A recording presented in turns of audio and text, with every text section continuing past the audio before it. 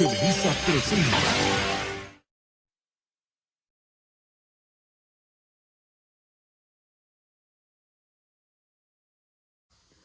Buen día, mi nombre es Mavitamar Mares Gómez, estudiante de la licenciatura en Enfermería. A continuación vamos a presentar nuestro proyecto de anatomía patológica, como tema principal la respuesta inmunológica, el cual está conformado por Samantha Martínez, Jackie Orihuela, Litze Tenorio y Yasmani Castillo.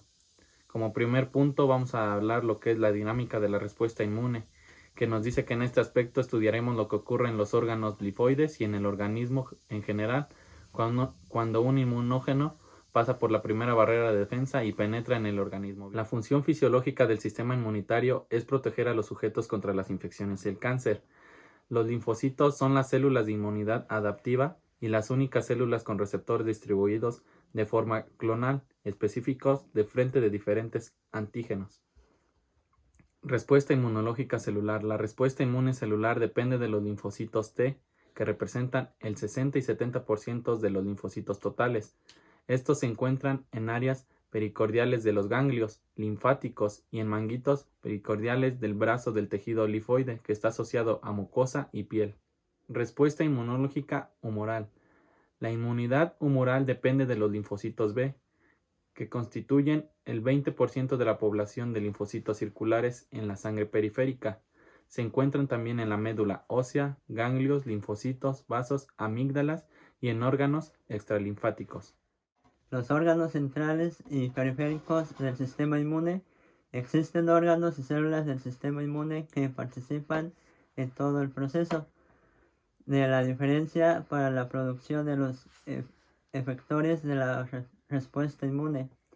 Estos se clasifican en órganos primarios, que son los centrales o los generadores, los órganos secundarios, periféricos o diferenciados. Los órganos linfoides primarios, centrales o generadores. Estos forman y maduran las células de la inmunidad, linfocitos T y B. El timo madura los linfocitos T y se convierten en las células inmunocompetentes.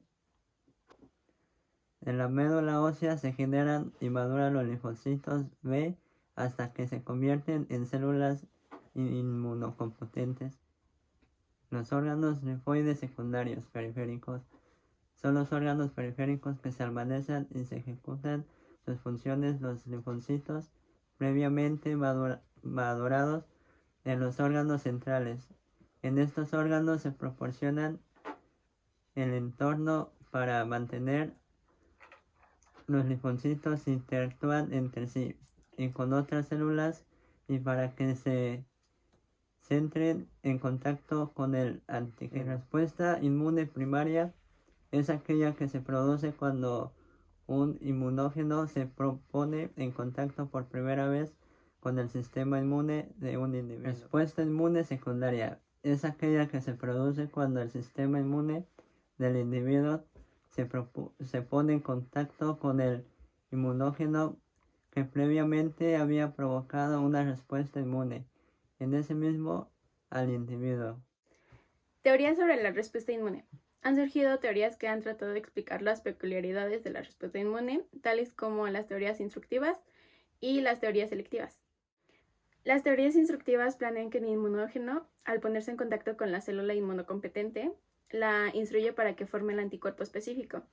Dentro de este grupo hay dos teorías que tuvieron gran difusión: la teoría de la matriz directa y la teoría de la matriz indirecta.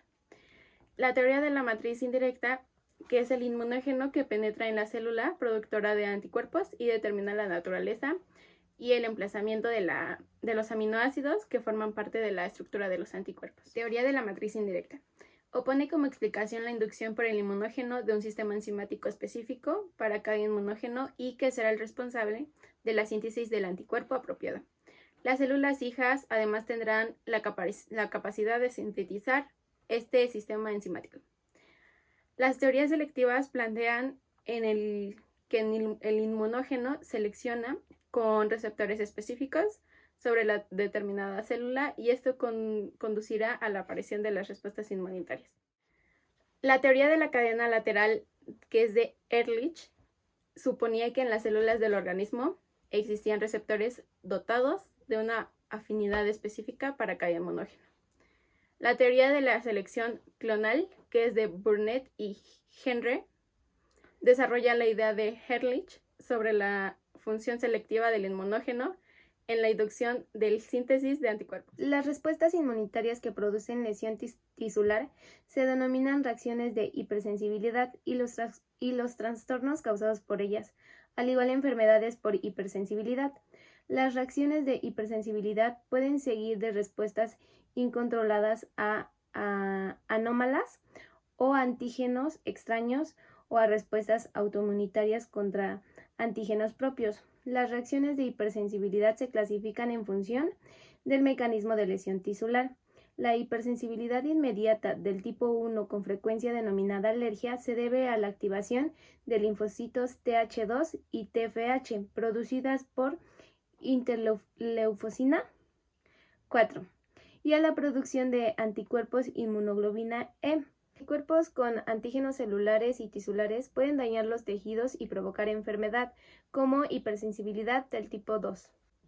En las enfermedades por inmunocomplejos de hipersensibilidad del tipo 3, los anticuerpos pueden unirse a los antígenos circulantes para formar inmunocomplejos que se depositan a los vasos, lo que conduce a la inflamación de la pared vesicular.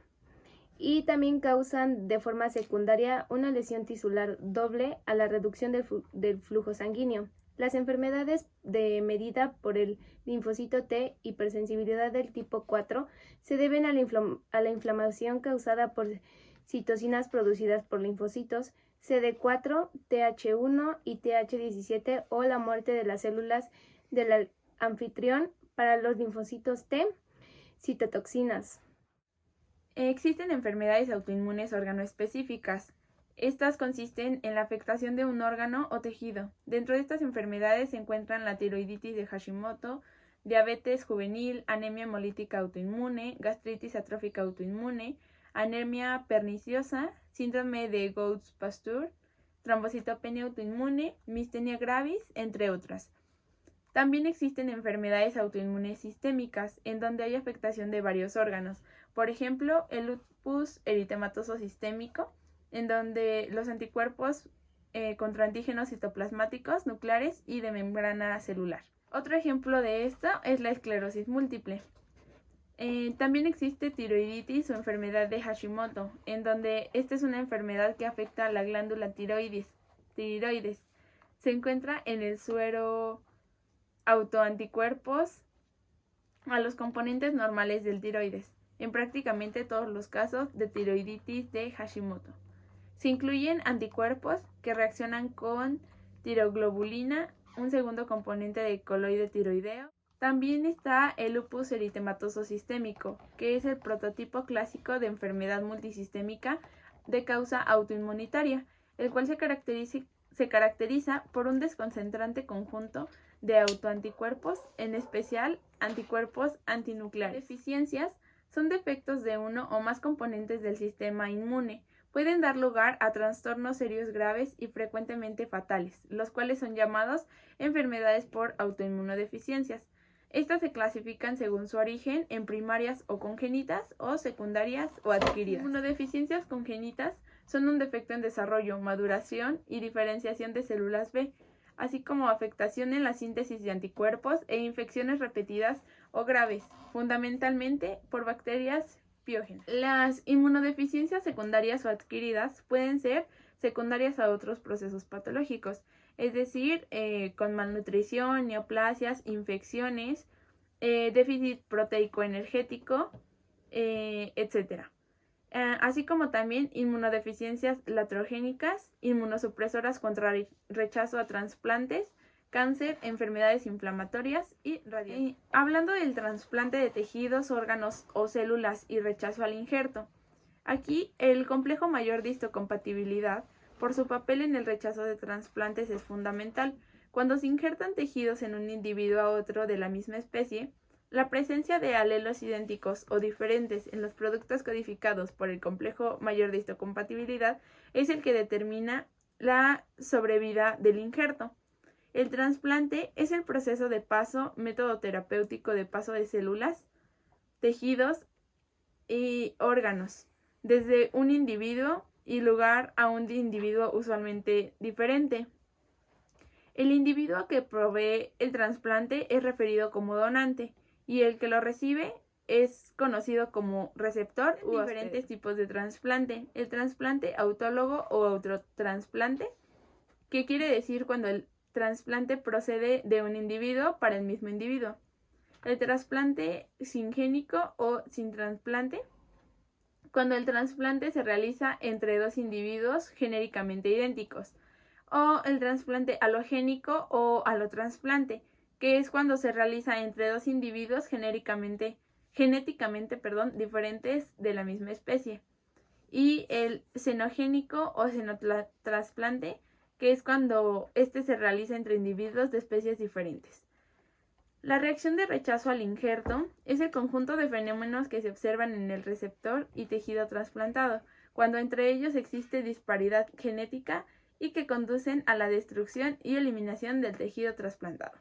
Este se clasifica según la histopatología en rechazo hiperagudo, agudo y crónico. Con esto finalizamos el tema de respuesta inmunitaria. Esperemos que haya sido de su agrado y agradecemos su atención.